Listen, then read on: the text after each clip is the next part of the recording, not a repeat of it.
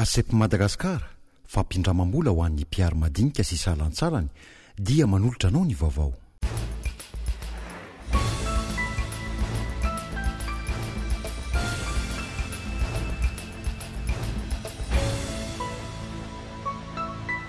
Ny datin'ny 30 Mey no amerenana ny fifidianana solombavam-bahoaka tamin'ireo distrika 4.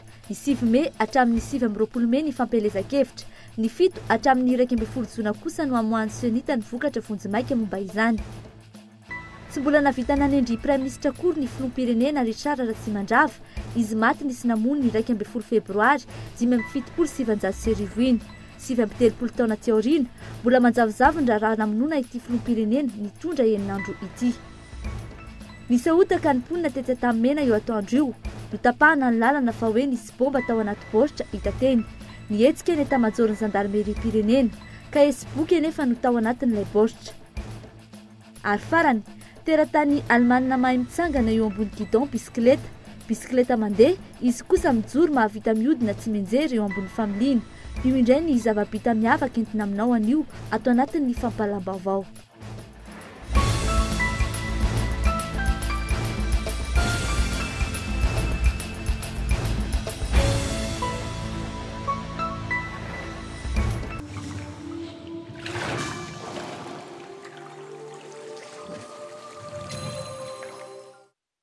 Mila miendram-bola ve ianao mifanaraka amin'ny asa fiarina ataonao? Mila tosika ara-bola ve ny fanitarana ny orinasanao? Aza misahirana intsony. ASEP no mampindram-bola amin'ny zana-bola anisan'ny mbola mora indrindra amin'izao fotoana izao. ASEP afaka mampindram-bola hatramin'ny 20 tapitrisa ariary ary maimaim-paona ny instruction du dossier. Tsotra ary tsy mahamenatra ny mindram-bola ao amin'ny ASEP. Ary fantaro fa mahazo fiahina ara-pahasalamana avy hatrany ny ankohonanao. Vantany vao mahazo ilay fampindram-bola avy amin'ny ASEP ianao. Manantona ary ny biraon'ny ASEP Madagasikara akaiky ianao indrindra raha mila fanazavana fanampiny.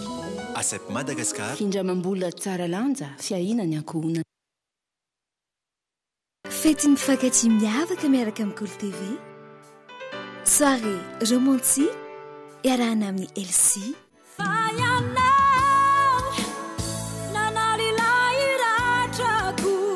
Kiady.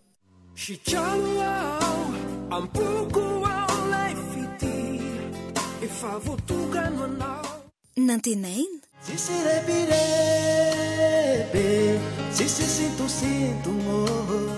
Mirado.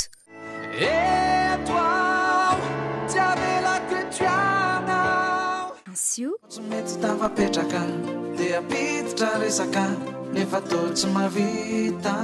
Misa.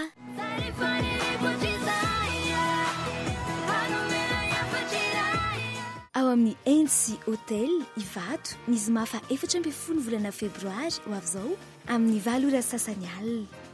Anafanany fiarahana ihany koa ny resadresaka miaraka amin'ireo mpivady misa 3 tompony tantara voafantina tao anatin'ny fandaharana romantsika. Ny tapakila dia efa azonao raisina dieny izao ety amin'ny Cool TV, route Digue Aix-Somagel, na ihany koa ao amin'ny NC Ivato. Panoane NC Hotel Ivato, Nil Home Center, Sodim, distributeur exclusif de la marque Eugène Perma Paris et Miscom. Magasin Saint-Georges Vista, Tsarlala, Piaramias, bijouterie Pala. Tongava luva vao fetra ny toerana.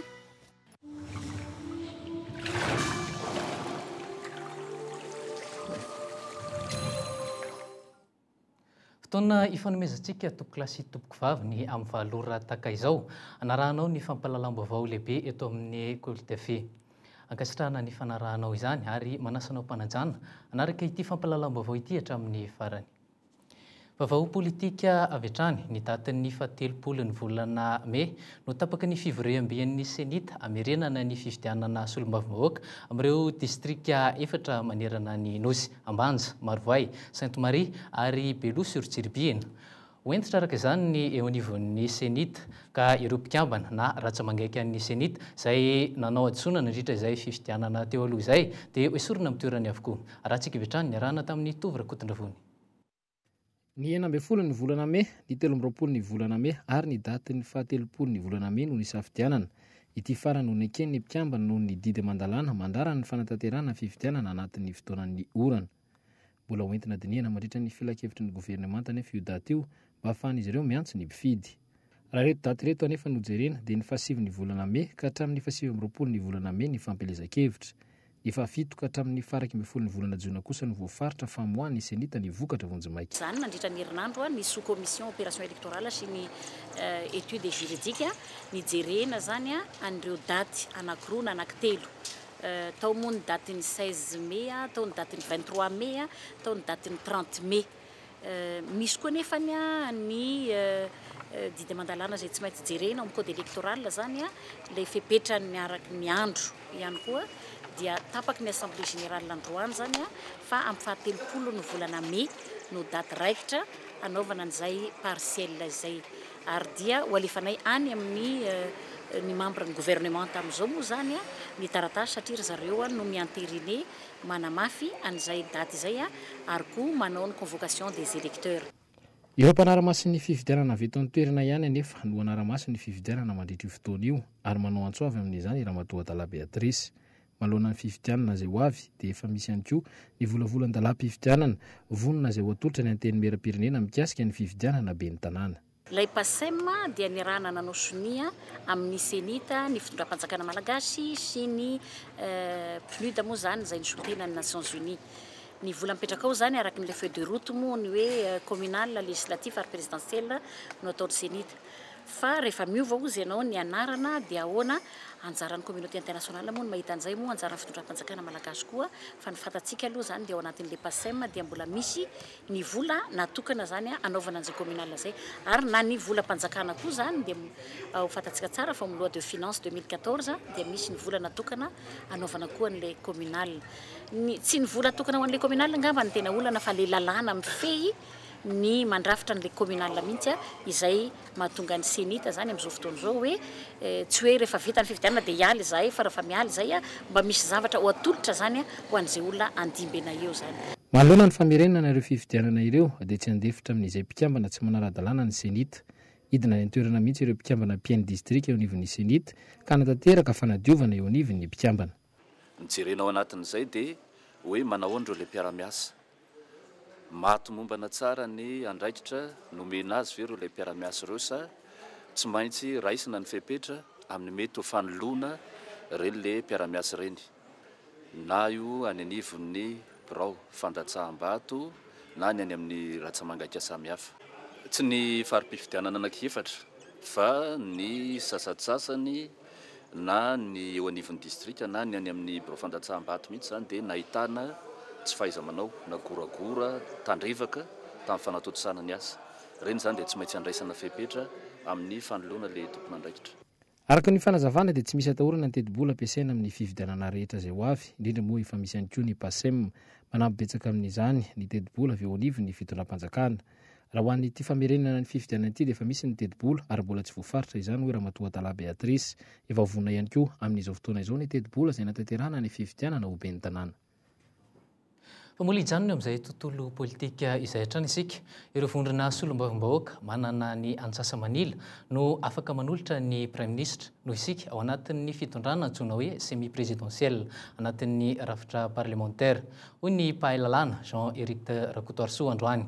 Tsy tokony ho tratra aorian'ny 17 ny volana febroary kosa no afahana maka ny hevitra ny fitsarana avy momba ny lalam-pandrenana hitondra fanazavana amin'ny 570 ao anatin'ny lalam-pandrenana. Tovy Rakotondra vonotrany. Arefy ny fitondrana raha toka tsy ireo solombavambahoaka manana ny Antsasamanila no manolotra ny Prime Ministre. Ny anton'izay dia hatanjaka ny fanoherana ka na dia fivoriana voalohany ara-potoana ataon'ireo solombavambahoaka azy dia efa mety misy ny fangatahana fampetona ny filoham-pirenena amin'ny asany. Ny fotoam-pivoriana izay tsy mbola manomboka akory ka tsy afahana mamantatra ny maro anisa. Ny fanendrena Prime Ministre raha teo ny professeur Jean-Éric Rakotoarisoa dia tsy azo atao anatin'ny amena noho i Madagasikara vao nivoaka tao anatin'ny krizy. Zany ny Prime Ministre sy ny gouvernement dia mila toana ny maro anisa Antsasamanila eo amin'ny parlement eto amintsika zany ny anteny miera-pirenena. Zay zany mahatonga hoe eo maro anisa io resaka Antsasamanila io.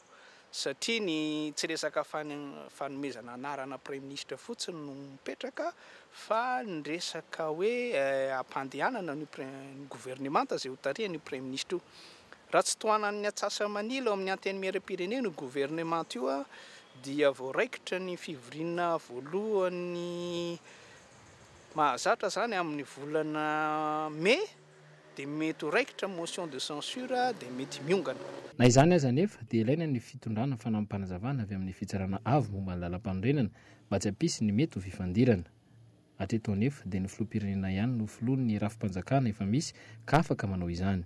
Raha tafatsangana koa ny braon'ny anteny miaram-pirenena afaka mangataka koa ny filohan'ny anteny miaram-pirenena zany rehefa ny 20 febroary nefa ny tsy haiko aloha mety ho tara loatra zay fotoanjera hoe raha zay voantany satria zavatra tokony atao fivoriana voalohany koa zany dia tokony ao koa mivoaka le anarana ilay premier ministre zay omeny angamba tsy dia tokony hitarozaka loatra fa raha misy mifantaniana dia ny filoham-pirenena ny tokony hanao an'izay izy ny feo. Tsy maintsy dinihina ihany hoe ny fotoana ahafahan'ny fitsanavana avy momba ny lalam-panorenana mandinika an'ilay ataoko hoe tsy tokony ho ela be koa aloha zany fa ataoko hoe indray andro na 2 andro ny fitsarana avy momba ny lalam-panorenana afaka mandinika an'io fa zany hoe mila fitaina lolo raha anao an'io dia tokony atao alohan'ilay 20 febroary zany mivoaka ny valiny amin'izay dia mba mazava raha fa mivory ny anteny miaram-pirenena hoe ahoana sy ahoana no atao. Raha ny anarana mandeha amin'izao fotoana izao dia efa fantatra aloha fa Ramatoa Kristina Razanamasoa no efa voatendry ho isan'ny hitarika ny anteny miaram-pirenena amin'izao fotoana izao. Raha ho an'ny Prime Ministre kosa dia azakazaka amin'izao fotoana izao ny fanomezana anarana ary Andriamatoa Coly Roger izay anisan'ny nampiakatra ny era John Ramapyanina anisan'ny hofidiana fony izy izay nilavan'ny fitsarana ny firotsahako hofidiana. Raha iverenana ny tantaram-pirenena dia tsy mbola navita nanendry ny Prime Ministre kory ny filoham-pirenena Richard Ratsimandrava dia izy maty nisy namoniny fa 1 ny volana febroary 2017. Ny alatsinainy talohan'io dia nosaika notendrena ny Prime Ministre ary nahemotra izany hoe tokony fantatra tamin'io herinandro nahafatesan'io izany. Iverenantsika vetivety ny tontolo politika nisy tamin'izany fotoana izany fanazavana. Mbola malaza hatramin'izao hoe fehezanten'ny filoha Ratsimandrava eo. Fehezanteny nambarany teo am-pandraisana ny fahefana feno ny 10 febroary 2017. Raha tsy hivina vetivety ny tantara, taorian'ny roa taona sy tapany tondrany ny firenena nomen'ny Général de Brigade Gabriel Ramanantsoa ho an'ny Colonel Richard Ratsimandrava ny fitondrana ny tany sy ny firenena. Ny fampandrosoana mifototra amin'ny fokon'olona no politika nentin'ity manambony nahitra ity, izany hoe ny malagasy eo amin'ny tanindrazany no antoka ny fampandrosoana. Enina andro monja teo am-panomanana ny endriky ny gouvernement izany hoe ny fanendrenan'ny Prime Ministre sy ny ministra rehetra ny Kolonely Ratsimandrava no nisy namonina. Tsy teraka akory ny rafitry ny fokon'olona dia maty ankaranany ary tsy nisy nanohy intsony ny politika io hatramin'izao. Niazaka zahana ny fandevenana ny filoha Ratsimandrava ary tsy hita izay tena marina momba ny nahafatesany. Maty teny Ambohijatovo sa maty tany amin'ny birao fiasany iza no mampaniraka. Toy ny tarika ny tsy maty manota maro be teto amin'ny firenena ny nahafatesan'ny Ratsimandrava. Izay fantatra fa famonoan'olona noho ny antony politika nefa tsy nisy narim-panao politika iray aza nigadra noho izany. 12 febroary 2017, 12 febroary 2024. 7 taona izay natao tetsy Ambohijatovo androany ny fahatsiarovana izany daty manatantara izany. Ny vady Andriafomandry no na ny zanany raha ohatra efa lehibe dia nisy zany ny ezaka nataonay ho an'ny fampidirana mpiasa sivily mba mampidirina amin'ny mpiasa sivily izy. Nisy koa ny amin'ny fifananana hiditra ho zandary izay mbola angatahana ihany satria resaka be izy io tamin'ny fotoana nanaovana nanapahana hevitra an'izay ho an'ireo le zanaky ny maty am-perinasa voatifitra dia nasiana quota zany ho an'ny zanaky ny maty am-perinasa. Tsy betsaka ny nalaina tamin'izany fa 5 fotsiny no natao plasy ary maro izy no fanina tao, misy amanjatony izy no fanina tao fa ny 5 ihany zany no noraisina. Natao izao fahatsiarovana izao ampaherezana ny fianakaviana sy atsiarovana ireo rehetra maty lavo mibala perinasa. Fanomezana asa fitsanganan'ny akano ho an'ny zazakamboty, fiakarana grado ho an'izay lavo no ezaka efa vita. Isan'ny nasongadina koa tamin'ity androany ity ny fanomezana tombony ho an'ny zanaka zandary hiditra amin'ny zandarimeri-pirenena. Fa mbola hijanona amin'izay tantaram-pirenena izay hatrany isika lefa tanteraka ny raharaham-pitsarana mahakasika ny famonoana ny Generaly Richard Ratsimandrava ankehitriny. Hatramin'izao fotoana izao mbola tsy fantatra mazava ny tena zava-nisy marina tamin'izany fotoana izany. Iza no ambadiky ny raharaha iny ary inona no antony nanaovana izay. Zandary iray efa nisotro ronono no mitantara ao anatin'ity fanadihadiana ity ny zava-niainany tamin'izany fotoana izany. GP hors classe Rapanjato no anisan'ireo nanatry maso ny zava-nitranga ny 12 febroary 577 teny Ambohijatovo ambony. GP2 no gradiny tamin'izany fotoana izany ary teny amin'ny groupement d'intervention FIGN amin'izao fotoana no niasany. Migadona ny amin'ny 7 alina tamin'ny fotoana io, isan'ireo tonga voalohany teny Ambohijatovo ambony izy taorian'ny ny Pobasy. Nahare Pobasy zay tokony tamin'ny valy talata dia nisotra radio mihitsy ny teny hoe attaqué ny chef gouv. Ny chef gouv mo filatana Atsimondrava zany. Dia tonga dia netika le 403 33 43 TE dia nitondra maramila enina ako zatra ny fahafitony dia rereko aty mipoka dia miakatra avany zay dia tonga dia nahita an'le tomobile afa mitsivalana. Tsy teto Ambohijatovo intsony ny nofo mangatsiaka ny jeneraly Ratsimandrava tamin'ny fotoana natongavany tety. Ny tena nahagaga azy vetivety dia niaka fotsiny teo ny fiara nitondra ny filoha tamin'izany fotoana izany raha ny fitantarany. Ary le escorte rehetra tsisy ary le escorte tamin'izany mixte. Ratsimandrava ndray tsy nitiany escorte hoe gendarme dôly fa nasiana marine, nasiana maramila, nasiana civil. Io ary ny tena ohatran'ny ratsika io. Fa raha ny tena marina zany tokony izay tao Fordisena zany dia amin'ny Fordisena no nanorina escorte fa Ratsimandrava tsy mety hoe maramila gendarme no anaovana escorte. Za mihitsy zany naika commande ndreo manome liste mixte azonao dia nandrato saba. Hita amin'ny projet zany raha maromasa amin'ny teny misy fa ahoana ny ataonareo voakety dôly reo kanefa mitsoka ao. Mbola velolany ny mpamily ny fiaran'ny filoha tamin'izany fotoana izany ary isan'ny tena mahafantany zavatra maro momba ny raharaha Ratsimandrava toy ny hoe voatifitra teto marina ve izy. Tsy miakatra ity kosa io vavolombelona iray io isaky ny 12 febroary takizao. Ny raharaha-pitsarana momba izany izay tsy nisy afa-tsy indray mandeha tao anatin'ny 7 taona. Hitan'asy mihitsy nefa tamin'ny projet tsy natsona, tamin'ny projet tsy nasona aho ahoana tsy natsona le chauffeur. Donc projet vaky ny tena misy zavatra ohatran'ny hoe nafepenina mihitsy. Janindreo fitsara 39 ans zao na mbola isy projet tsy ohatsony zay olona tanora na le rakotoateny mety afofaty raha ohatra zany raha misy nefa tsy maintsy mitady reo ihany koa zay tena marina.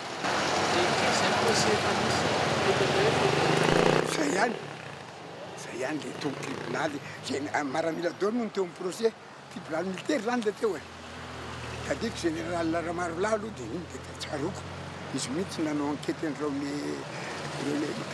le chef d'escorte kosa fa maty le gendarme chef d'escorte maty. Fa na izy procès ohatsy hitana tsisy témoignage hita zany. Tsy nisy intsony toy ny fitsarana ny raharaha hatramin'izao fotoana izao. Tafiditra ao anatin'ny taranja tantara ianaran'ny mpianatra any an-tsekoly ny raharaha Ratsimandrava saingy ampahany tantara ihany no tena fantatry ny be sy ny maro ankehitriny. Ny taona 2024 kosa no nosokajiana ho antony tantaratasy tsy tsaraina intsony na dossier classé nitrangany seho tamin'ny taona 577 iny. Fa nandritra ny fandraisam-pitenenana nataon'ny commandin'ny gendarmerie pirenena dia nisy ny tatitra nataony mahakasika ny isan'ireo zandary lavon'ny bala nanomboka ny taona 2024. Tsy azo lavina ny mbola itombony izay izay raha nambarany jeneraly Ravalomanana amin'ny mahafanompoana ny asa mampitandro ny filaminana. Niakatra ny isan'ireo zandary ireo nandritra izay 5 taona izay. Ny taona 2024 no be zandary maty ampirinasa indrindra tato anatin'ny 5 taona farany. Ny raharaha Remenabila sy ny Alatrombo tany Atsimo no antony izany. Raha oharina tamin'ny taona 2024 izay isan'ny zandary 4 maty eo ampirinasa izay, ny taona 2024 telo no maty. efatra ambyroapolo kosa no isan'ny maty am-perinasa nandritra ny taona 2024 ary ny taona 2024 kosa 10 no maty. Nosongadin'ny commandeny gendarmerie-pirenena manokana fa mbola amiavanina ireo maty am-perinasa eto Madagasikara. Tsy mitovy amin'ny anivelan'ny fanomezan-danja ireo mpitandro ny filaminana eto Madagasikara. Anoizantsika ny fampahalalam-baovao kosa ny eo amin'ny sehatra ny toe-karena tsy maintsy andray fepetra ny fanjakana amerenana amloany ny sandan'ny ariary.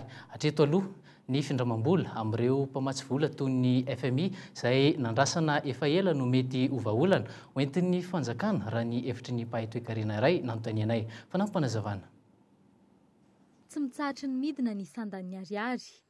Raha 4.3 faingo raiky amin'ny 30 ny euro ny volana janoary farany teo. Efa mahatratra 7.3 faingo raiky amin'ny 20 izany amin'izao fotoana izao. Ny dolary izay 7.5 faingo raiky amin'ny 70 no tafakatra ray 300 faingo 7.70 ankehitriny. Ny fanafarana entana no tena isedra olana no ny fotongan'ny ariary. Voatery vidy lafo amin'ny anivelany isika eto Madagasikara no ny sandam-bola malagasy ambany te ambany. Etsy ankilany hazo vahana ny fanondranana no isika hivarotra lafo. Fa olana roa no aroson'ny mpahay toe-karena. Voalohany, ny fivarotan'ny fanjakana ny tahirin'ny vola vahiny ao amin'ny banky foiben'ny Madagasikara sy ny tahirim-bolamena. Faharoa, ny findramam-bola amin'ny anivelany. Raha ny fivoarany toedraray eto amin'ny firenena, ny vahaolana faharoa no mety hitranga noho ny fampiraharahana ataon'ny fanjakana amin'ireo mpamatsy vola vahiny. Nanomboka androany ny feon'ireo delegatsiona avy amin'ny FMI, tarihin'ny Georges Tsibory sy ireo teknisiana ao amin'ny ministeran'ny vola sy ny teti-bola. Raha nambaran'ny mpahay toe-karena hatrany fitaovana eo ampelantanin'ireo firenendehibe ny FMI, ahafahany mampiasa vola any amin'ireo firenena andalam-pandrosoana hitadiavany tombotsoa fa tsy fanampiana maimaim-poana akory. Andrasana kosa ny vokatry ny dinka nataon'ny fanjakana malagasy tamin'ireo delegatsiona avy amin'ny FMI ireo. Fa hitodika eo amin'ny pejin'ny trangam-piarahamonina kosa indray isika. Tapaka nandritra ny adiny ray teo eo ny lalana tetsy Antanimena. Tsy lavitra ny rond-point nisy finosana iray nampiaya ka niantson'ny mponina mpitandro filaminana fa hoe bomba. Vetivety araka izany dia tonga teny an-toerana ny avy eo anivon'ny gendarmerie-pirenena. Tsy bomba fa kahie sy boky ary tavoahangy iray no tao anatin'ilay sakosy nampiaya. Fanadidina. Ny ariary teto fa mafy ny fiantraikan'ilay grenady na fatolona teny Anosy. Noraisin'ny mpitandro filaminana avokoa ny fepetra rehetra isorohana izay mety ho fipoahana. Nosakanana tsy anantona ny mponina, nandeha ny feo fa tena bomba ny tao anatin'ilay sakosy. Adiny indray tao aoriana natongavana mpitandro filaminana teny an-toerana sy nandrarana ny mpandeha tsy hivezivezy eo alohan'ilay kitapo mihidy, vao tonga ny brigady misahana ny fanafoanana ny bomba na ny démineur. Nitandrina tanteraka ireto manam-pahaizana manokana ireto, nanantona sy namahy ilay kitapo. Tsy bomba no hitan'izy ireo tao. Tsy fantatra ny olona nametraka azy satria ankizy mpilalao pirenireny eo zany no nirahana hony fitaingina moto nitondra an'le entana.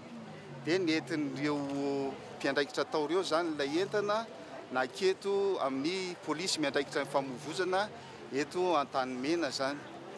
Dia avy eo napetraka teo amin'ny sisin-dalana teo moa zany le izy teo eo amin'ny raiky amby folo eo no nitranga zay rehetra zay. Dia niantso ny mpitandro filaminana moa tompon'andraikitra zany zareo dia niantso ihany koa ny spesialista miandraikitra nireny trangan-javatra ireny. Rehefa tonga moa ny spesialista nijery anazy dia nanao izay tokony ho tanterana mahakasika an'izany entana mampiay azy zany. Ny tao anatiny tao zany dia karazana boky, rano, karatra, taratasy, atota taratasy vitsivitsy tao anatiny. Ny tahotra araka izany no betsaka tamin'ny tolakandro iny. Ora roa monja dia efa naoraka eran'ny tanàna ity vaovao ity. Tsy hay izay tena fototra ny poiran'ilay sakosy ity. Resaka fampiorona tiana atao ve sa sangratsy nataon'ny olona tsy fantatra. Misy ny milaza fa resaka tsy nifankahazo na tonga n'ity savorovoro ity. Dia ilay izy nampitondraina ankizy fotsiny dia tsy niteny hoe tany amin'ny aniny ity na olona iza tsy fantatra mihitsy izany. Dia izay natonga anay hoe hafahafa ity fa leo tonga dia tadiavana vahaolana.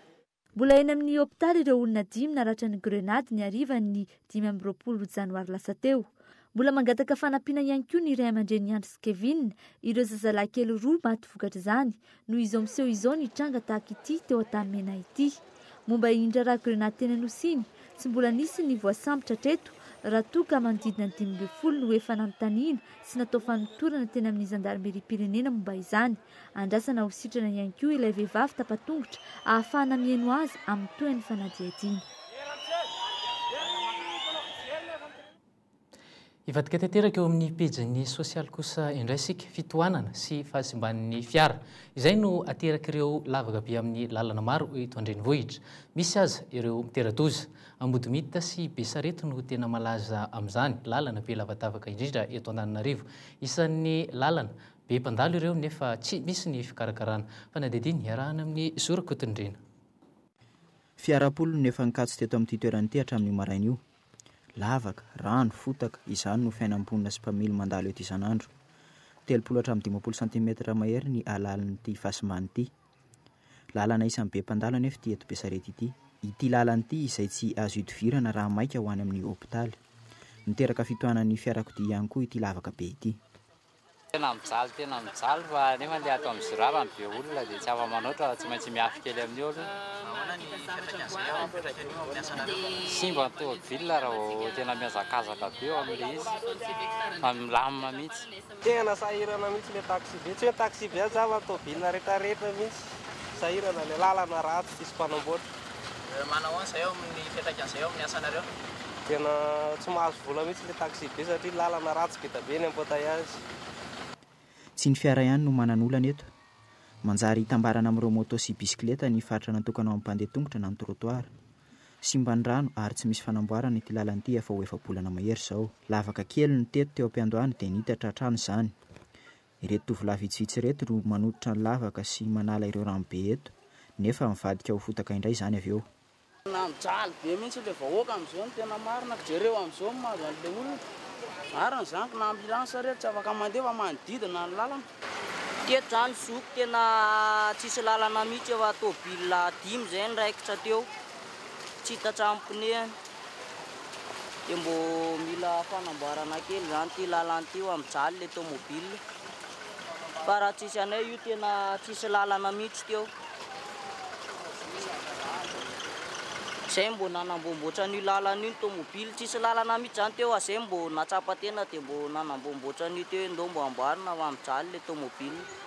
Tsy misy fikarakarana firy ireo lalana eto an-drenivohitra. Mampitaraina ireo mpitondra fiara rehetra nefa ny aratsiny. Soa aloha fa mbola tsy nisy ny ainana fohy, kanefa raha mijanona ho tahaka izao itony fahavoazana itony, tsy ho ela dia mety hiteraka hafaty olona izany. Fa vaovao avy amin'ny polisim-pirenena voaray io hariva io, mila ho isan'andro tato anatin'ny iray volana izao no nitrangan'ny resaka rongony na ny mpifoka rongony tratra tsy mety mitahatra ary tsy mety tapitra ihany koa ireo rongony mivezivezy eto an-drenivohitra. Mandeha amin'ny andiany na ny mpifoka rongony na ny mpanendaka eto an-drenivohitra amin'izao fotoana izao raha ny vaovao avy amin'ny polisim-pirenena androany. Famtinana izay vaovao izay. Ambony mitety-bidy manodidina ny iray hetsy no tratran'ireo mpitandro filaminana miady amin'ny zava-mahadomely ny maraina io. Vaovao azo avy amin'ny olona tsara sitrapo no nahafantarana fa lehilahy iray 50 taona eo eo no mivarotra rongony teny Ambondrona. Tratran'ny pôlisy tao an-trano n'ity rangahy ity ary rehefa natao ny fisavana dia fonosana rongony 350 no tratra tao. Araka ny fanadihadiana ary voararina ka n'ity lehilahy ity ny fonosana iray eny amin'ny faritra IVO manamorona lakan-dranon'Andriantany. Lehilahy iray hafa 70 taona ihany koa no tratra mifoka rongony manamorona fariana nosy ny farany herinandro teo.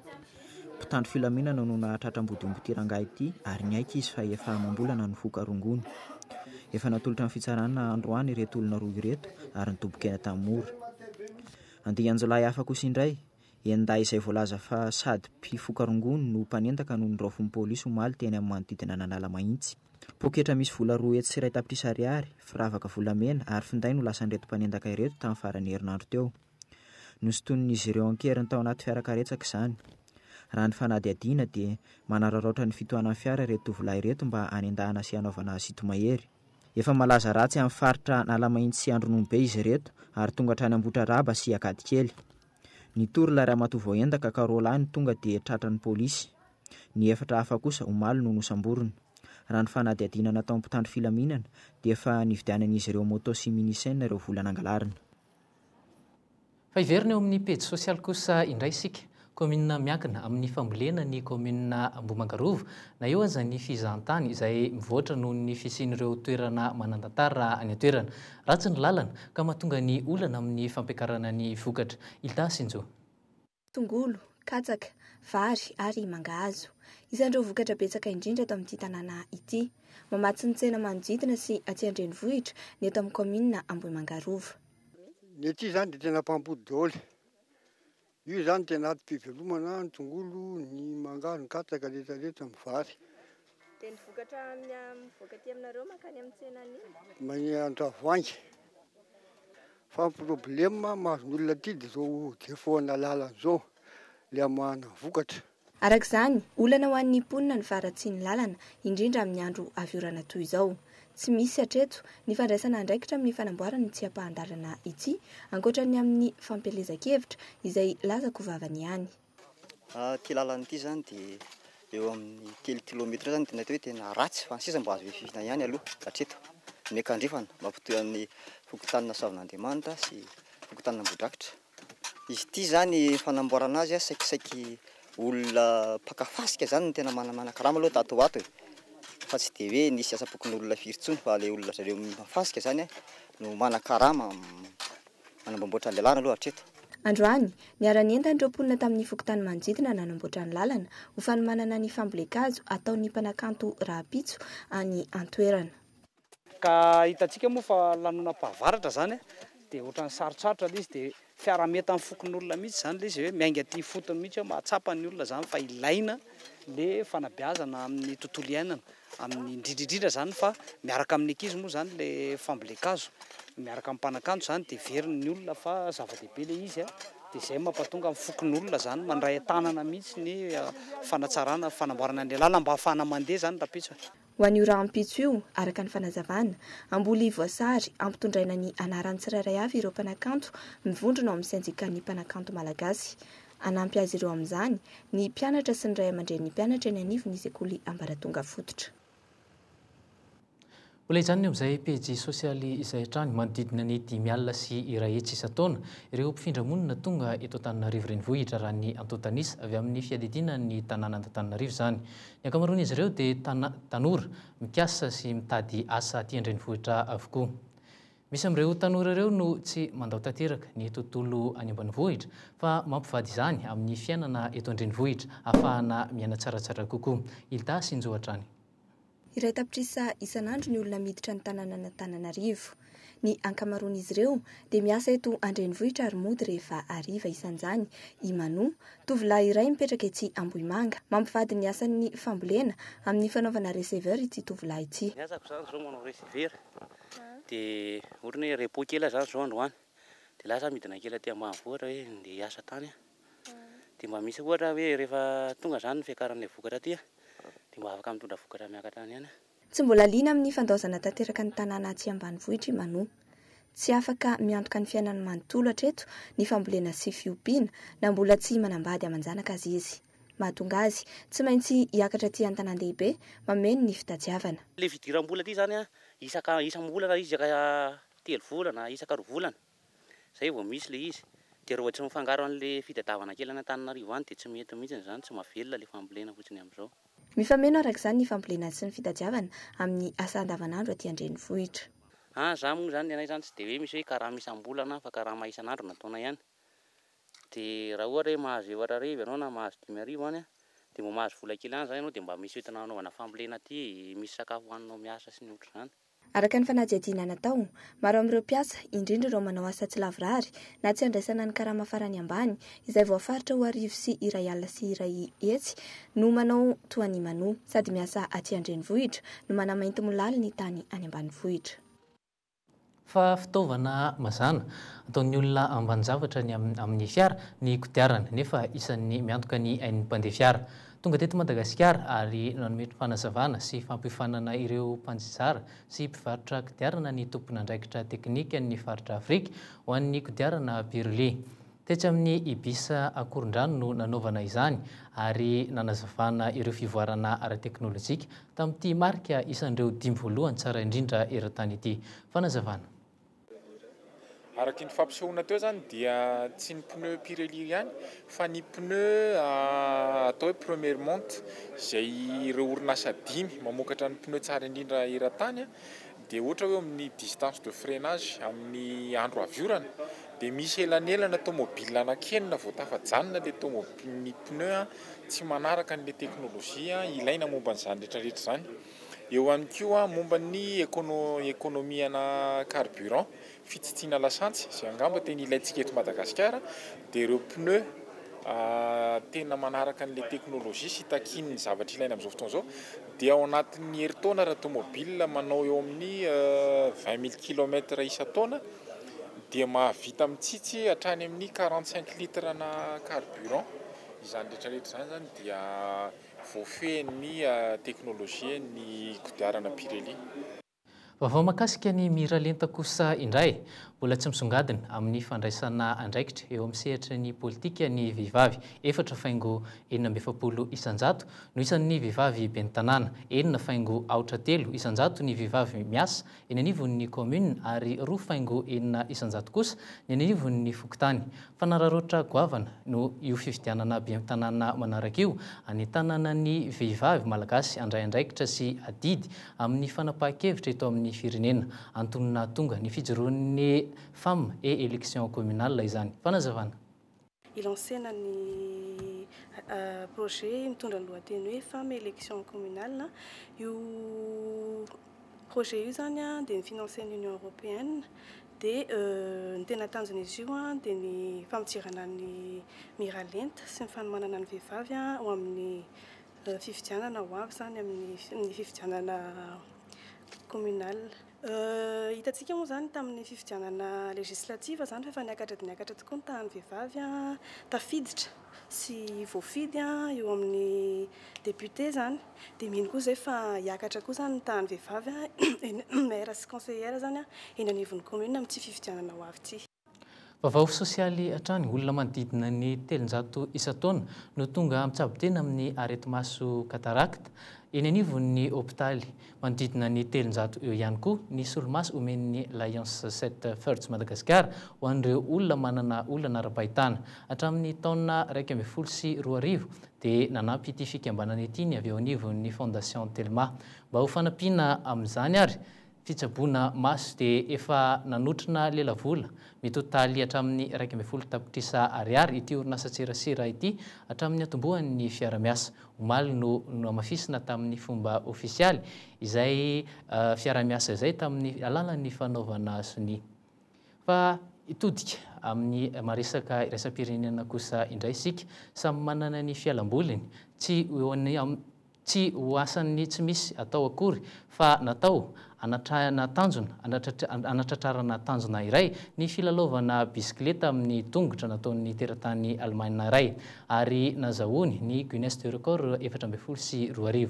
Zava-bita niavaka tany ivelany any homanatsika fampalalam-baovao amin'izao ariva izao.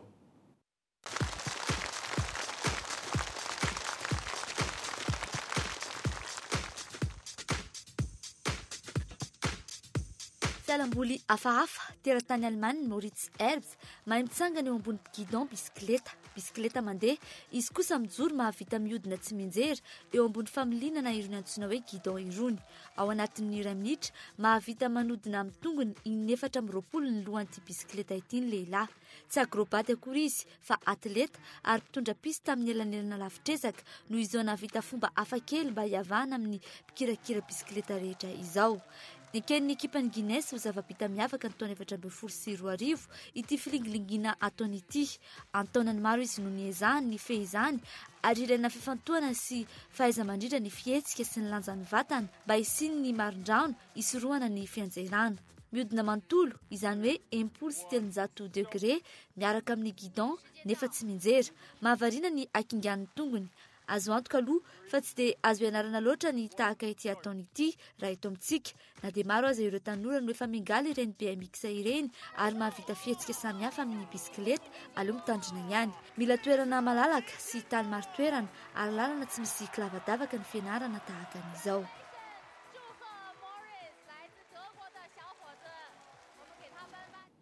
dia ny vaovao avy any ivelany koa no mamarina tanteraka izao fampahalalam-baovao izao isaorana ao tompoko lasy tompoko vavy nanaraka izany hatramin'ny farany veloma tompoko.